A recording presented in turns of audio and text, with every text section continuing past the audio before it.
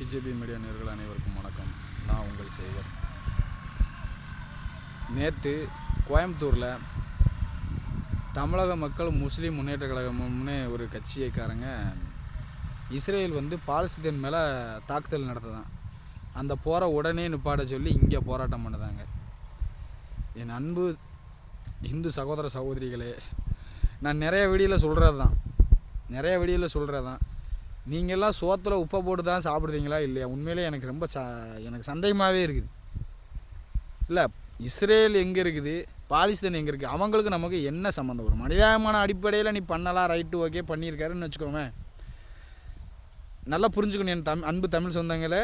நீ ஒரு மனிதாபிமான அடிப்படையில் இவங்க இதை பண்ணுறாங்கன்னே வச்சுக்கோங்க. அவங்க எப்படி இந்த நாட்டுக்காரங்களுக்காக எப்படி போராட்டம் பண்ணுறாங்கன்னு சொல்லி இஸ்ரேல் பாலஸ்தீன் மேலே போடுறதுனால அங்கே என்ன நடக்கு, என்ன ஏதுன்னு, என் வீட்டுக்குள்ளே என்ன பிரச்சனைன்னு எனக்கு தானே தெரியும். வெளியே உள்ள உனக்கு தெரியுமா? தெரியாது. ஆனாலும் இவங்களோட மதப்பற்று இஸ்ரேலில் போய் இவன் தேவையில்லாமல் அந்த இஸ்ரேல் மக்களை கொன்று கூச்சிக்கிட்டு இருப்பான், அவன் பார்த்துக்கிட்டா இருப்பான். சரி, அங்கே என்ன பிரச்சனை? நீ இதில் அவன் அது போடுது. அப்போ அவன் நீ சைடு மதத்துக்காரனை நீ கொள்ளுதான்னு சொல்லி நீ ஆர்ப்பாட்டம் இங்கேருந்து பண்ணதே ரைட்டு. அப்போ அங்கே இஸ்ரேல் மக்கள் சாவுதாங்களா? அப்போ இஸ்ரேல் மக்கள் பார்த்துக்கிட்டா இருப்பான்? இல்லை இந்தியாவில் இருந்துக்கிட்டே இந்தியாவுக்கு துரோகம் பண்ணிக்கிட்டு இருக்கீங்களே, இது மாதிரி இஸ்ரேல் இருப்பாங்களா என்ன? சரி, அங்கே என்ன பிரச்சனையோ அவங்களுக்கு நமக்கு என்ன சம்மந்தம்? நீ இந்தியாவுக்குள்ளே இருந்துட்டு இந்தியாவுக்குள்ளே தின்னுக்கிட்டு காஷ்மீரில் சும்மா சுற்றுலா போன 28 பேரை சுட்டு கொன்னாங்களே, அந்த 28 பேர் செத்ததுக்கு நீ எங்கேயாவது மௌன ஊர்வலம் நடத்தினியா? இல்லைனா அதுக்கு ஒரு கண்டனம் தெரிவிச்சு என்ன பண்ணுன? உன் நாட்டில் ஒருத்தன் ஒரு 28 பேரை பக்கத்து நாட்டிலேருந்து ஒரு தீவிரவாத கும்பல் கேட்டு சுட்டு கொன்னுருக்கானே. உன் நாட்டில் இருக்கிறவனுக்கு அப்போ உன் மதத்துக்கார சுட்டு கொன்னா நீ கேட்கவே மாட்ட. அப்போ இவங்க எந்த லெவலுக்கு இந்த நாட்டு மேலே பற்றுள்ள இருக்காங்களே, என் அன்பு சகோதர சகோதரிகளை நீங்கள் நல்லா புரிஞ்சுக்கணும், தெரிஞ்சுக்கணும். தயவு செஞ்சு நல்லா புரிஞ்சுக்கோங்க, கொஞ்சம் யோசிச்சு பாருங்கள். இஸ்ரேல் எங்கே இருக்குது, பாலஸ்தீன் எங்கே இருக்குது சொல்லுங்கள்.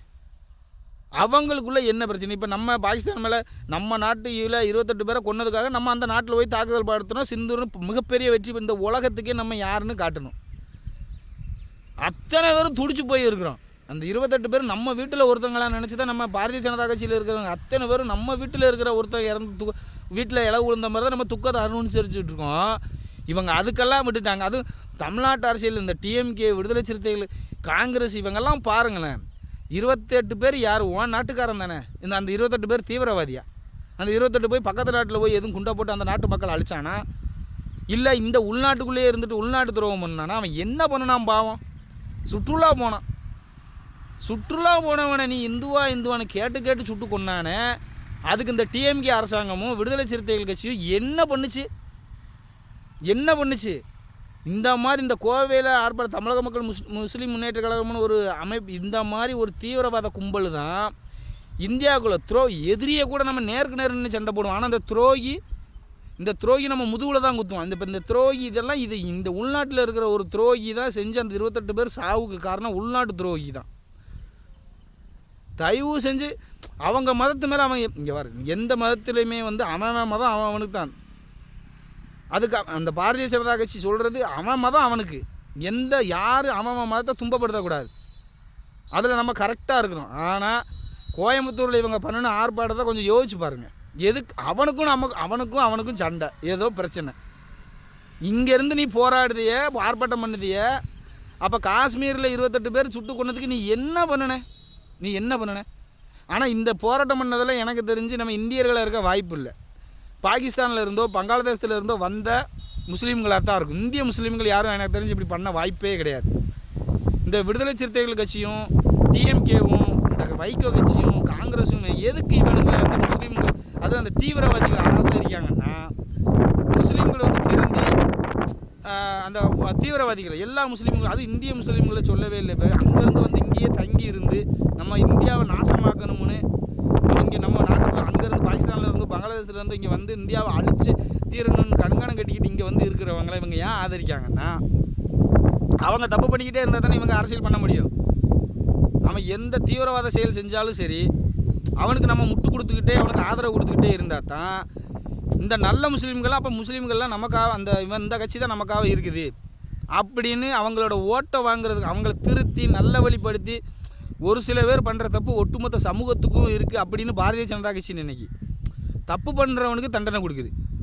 ஃபஸ்ட்டு சிந்தூர் அந்த ஆப்ரேஷன் ஸ்டார்ட் பண்ணது யார்? சோம்யா குரோஷிங்கிற ஒரு முஸ்லீம் பெண், வியாமியா சிங்கின்னு ஒரு பெண். அவங்கள வச்சு நீ எப்படி அந்த தீவிரவாதி மோடிக்கிட்ட போய் சொல்லுன்னு சொன்னானோ அந்த தீவிரவாதியை ஒரு பெண்ணை வச்சு, அது முஸ்லீம் பெண்ணை வச்சு அவன் நாட்டுக்குள்ளே போய் அடித்து கொண்டுட்டு வந்திருக்கு. நீங்கள் நல்லா புரிஞ்சுக்கிறணும். யார் மக்களுக்காக நிற்க பெண் சுதந்திரம் பெண் விடுதலை இவங்களோட பார்வையில் பெண் சுதந்திரம் என்னென்னா அரகுறை ஆடையை போட்டு நிற்கணும். இவங்க டிஎம்கேவும் விடுதலை சிறுத்தைகள் வைகோ காங்கிரஸ் இவங்களோட என் அன்பு சகோதர சகோதரிகளை கொஞ்சம் நல்லா யோசிச்சு பாருங்கள். இவங்களோட பெண் சுதந்திரம் என்னென்னா அரகுறை ஆடையோடு இருக்கணும், மது பழக்கம் இருக்கணும், புகையிலை பழக்கம் இருக்கணும், கல்யாணம் பண்ணிடக்கூடாது, அவங்களுக்கு யார் கூட விருப்பம் இருக்கோ விருப்பப்பட்டவங்க கூட அலையணும். இதுதான் டிஎம்கே விடுதலை சிறுத்தை இவங்களோட பெண் சுதந்திரம். ஆனால் பாரதிய ஜனதா கட்சியோட பெண் சுதந்திரம் என்னென்னா நல்லா படி, நல்ல ஒரு உத்தியோகத்துக்கு போனால் எதிரி நாட்டுக்குள்ளே போய் நாங்கள் யாருன்னு காட்டணும், நம்ம நாட்டு பெண்கள் எப்படின்னு காட்டணும்னு சொல்லி இங்கே ஒரு மிகப்பெரிய ஒரு ஆப்ரேஷனை ஒரு பெண்ணை வச்சு ஆரம்பித்து வச்சுருக்காருன்னா பாரதிய ஜனதா கட்சி பெண்களுக்கு எந்த லெவலுக்கு முக்கியத்துவம் கொடுக்குறதுன்னு என் அன்பு சகோதர சகோதரிகளை நீங்கள் புரிஞ்சுக்கணும். பெண் சுதந்திரம்னா மது குடிக்கிறது தான் பெண் சுதந்திரமா? தன் குடும்பத்தை விட்டுட்டு போய் எவன் கூட வேணாலும் சுற்றுறது தான் பெண் சுதந்திரமா? நீ உனக்கு படிப்பில் திறமை இருந்தால் படிப்பில் முன்னேறு, உன் குடும்பம் முன்னேறும், உன் ஊர் முன்னேறும், ஒன்றை வச்சு நாடு முன்னேறும். அது பெண் சுதந்திரம். ஒரு விளையாட்டுக்கு போறியா அதில் ஊக்கப்படுத்து, அவங்களுக்கு அவன் திறமையை அவங்க அந்த பெண்ணோட திறமையை பார்த்து அதுக்கு என்கரேஜ் பண்ணி என்னென்ன பண்ணணுமோ அது பண்ணு, அது பெண் சுதந்திரம். இந்த ஒரு இராணுவத்தில் சேர்த்து முப்படைகளையும் மிகப்பெரிய பெண் கமாண்டர்களை வச்சு ஒரு மிகப்பெரிய ஆப்ரேஷனை பக்கத்து நாட்டுக்குள்ளே போய் துவம்சம் பண்ணிட்டு வந்திருக்காங்கன்னா நம்ம சகோதரிகள். அப்போ பெண்களை மதிக்கிறது யார்? பாரதிய ஜனதா கட்சி அந்த டிஎம்கேவா? என் அன்பு தமிழ் சொந்தங்கள் அனைவரும் கொஞ்சம் நல்லா யோசித்து சிந்திச்சு பாருங்கள். பெண் சுதந்திரம்னா என்னென்னு கொஞ்சம் யோசிச்சு பாருங்கள். யார் பெண்களுக்கு அதிக முக்கியத்துவம் கொடுக்கான்னு பாருங்கள். அதே மாதிரி இந்த முஸ்லீம் சகோதர அதுவும் இந்திய முஸ்லீம்கள் யாருமே அன்வான்டாக இந்த மாதிரி ஒரு கோழைத்தனமான ஒரு செயல்களை செய்யவே மாட்டாங்க. வங்காளதேசத்துலேருந்தும் பாகிஸ்தான்லேருந்து வந்தவங்க தான் நம்ம நாடை கெடுக்கணும்னு இந்த மாதிரி உள்நாட்டு துரோகிகளை கைக்கூலிகளை கையில் போட்டுக்கிட்டு இந்த மாதிரி நம்ம நாட்டை கெடுக்கணும். முஸ்லீம்களுக்கும் பொறுப்பு இருக்குது. ஏன்னா ஒரு நாடு அமைதியாக இருந்தால் மட்டும்தான் நீங்களும் நிம்மதியாக வாழ முடியும். இல்லை உங்கள் மேலே ஒரு அப்பாவி மக்களை சுட்டு கொடுதானே, அப்பாவி மக்களை குண்டு போட்டு கொடுதானேன்னு சொல்லி ஒட்டுமொத்த சமூகத்துக்கும் தான் கெட்ட பேர். அதில் எவ்வளோ நல்லவங்க இருப்பீங்க? கண்டிப்பாக நல்லவங்க இருக்க தான் செய்வாங்க. ஆனால் இந்த விடுதலை சிறுத்தைகள் கட்சியும் டிஎம்கேவும் உங்களை ஒரு தீவிரவாதியை நீங்கள் தப்பு பண்ணிக்கிட்டே இருக்கணும், இவங்க உங்களை என்கரேஜ் பண்ணிக்கிட்டே இருக்கணும். நீ பண்ணுறது தப்பு, இதை செய்யக்கூடாதுன்னு சொல்லி ஒருத்தனை கண்டிச்சா தானே அடுத்தவன் இந்த செயலை செய்ய மாட்டான். அப்போ இவங்க எப்படி தயவு செஞ்சு அனைவருமே கொஞ்சம் நல்லா யோசிச்சு பாருங்கள். பாரதிய ஜனதா கட்சி மத்தியில் 11 வருஷம் ஆட்சியில் இருக்குது. எந்த இந்திய முஸ்லீம்கள் பாதிக்கப்பட்டிருக்காங்க? நீங்கள் தயவு செஞ்சு யோசிச்சு பார்க்கணும். இந்த டிஎம்கே மனித குலத்துக்கே ஆபத்தான கட்சி, மனித குலத்துக்கு. தயவு செஞ்சு என் அன்பு தமிழ் சொந்தங்கள் அனைவரும் இதை சிந்தித்து செயல்படணும்னு உங்கள் பணிவன்போடு அனைத்து சகோதர சகோதரிகளும். ஏன்னா இந்த தமிழ்நாட்டில் நடக்கிற பெண்களுக்கு எதிரான நடக்கிற குற்றங்கள் எல்லாம் பார்க்கும்போது மனசு ரொம்ப வலிக்குது, கஷ்டமாக இருக்குது. இதுக்கெல்லாம் ஒரு முடிவு கட்டணும்னா பாரதிய ஜனதா கட்சி ஆட்சிக்கு வந்தால் மட்டும்தான் இந்த மாதிரி இந்த குற்றங்களுக்கெல்லாம். ஏன்னா பெண்களுக்கு எதிரான குற்றங்கள் பண்ணுறது எல்லாம் டிஎம்கேக்காரன், அதை கூட்டணி கட்சிக்காரன் தான். அதே மாதிரி இந்த போதைப் பொருள்களை விற்று இளைஞர்களை பூரம் கெடுக்கிறது யாருன்னா இந்த டிஎம்கேக்காரன், அதன் கூட்டணி கட்சிக்காரன் தான். இந்த நம்ம நாட்டுக்கு தேவையில்லாத விஷயங்கள் என்னென்னமோ இதனால் நாடு விளங்காமல் போயிடும். அந்த விளங்காமல் போகிறதுக்கு உண்டான எல்லா காரியத்தையும் பண்ணுறது யாருன்னா டிஎம்கேவும் அதன் கூட்டணி கட்சிகள் தான். தயவு செஞ்சு மக்களுக்கான கட்சி யார்? இப்போ இந்த உலகத்திலேயே நம்ம இந்தியா தலை நிமிர்ந்து நிற்கினா அதுக்கு யார் காரணம்னு அனைத்து மக்களும் புரிஞ்சுக்கிறணும். முஸ்லீம்களுக்கும் நம்ம நாட்டோட வளர்ச்சியில் முக்கிய பங்கு இருக்குது. நீங்கள் உங்களோட அறிவு மூலையும் நாடை வளர்ச்சிக்கு கொண்டு போங்க. ஒரு சில நாய்கள் நம்ம நாட்டுக்கு எதிராக பண்ணுற இந்த மாதிரி ஒரு பாவப்பட்ட செயல்களுக்கு நீங்களும் ஆதரவு அளிக்காதீங்க.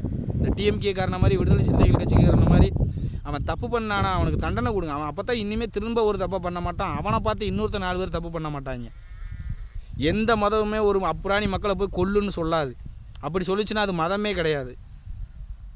தயவு செஞ்சு அனைத்து என் தமிழ் சொந்தங்களும் என் தமிழ் உறவுகளும் வருகிற 2026 சட்டமன்ற தேர்தலில் பாரதிய ஜனதா கட்சி கூட்டணியை ஆதரிக்கணும்னு உங்களை பணிவோடு கேட்டுக்கொள்கிறேன். திரும்ப ஒரு தரம் டிஎம்கே தப்பித்தவறி வந்துட்டால் கூட தமிழகம் வந்து இன்னும் பின்னோக்கி போயிடும்.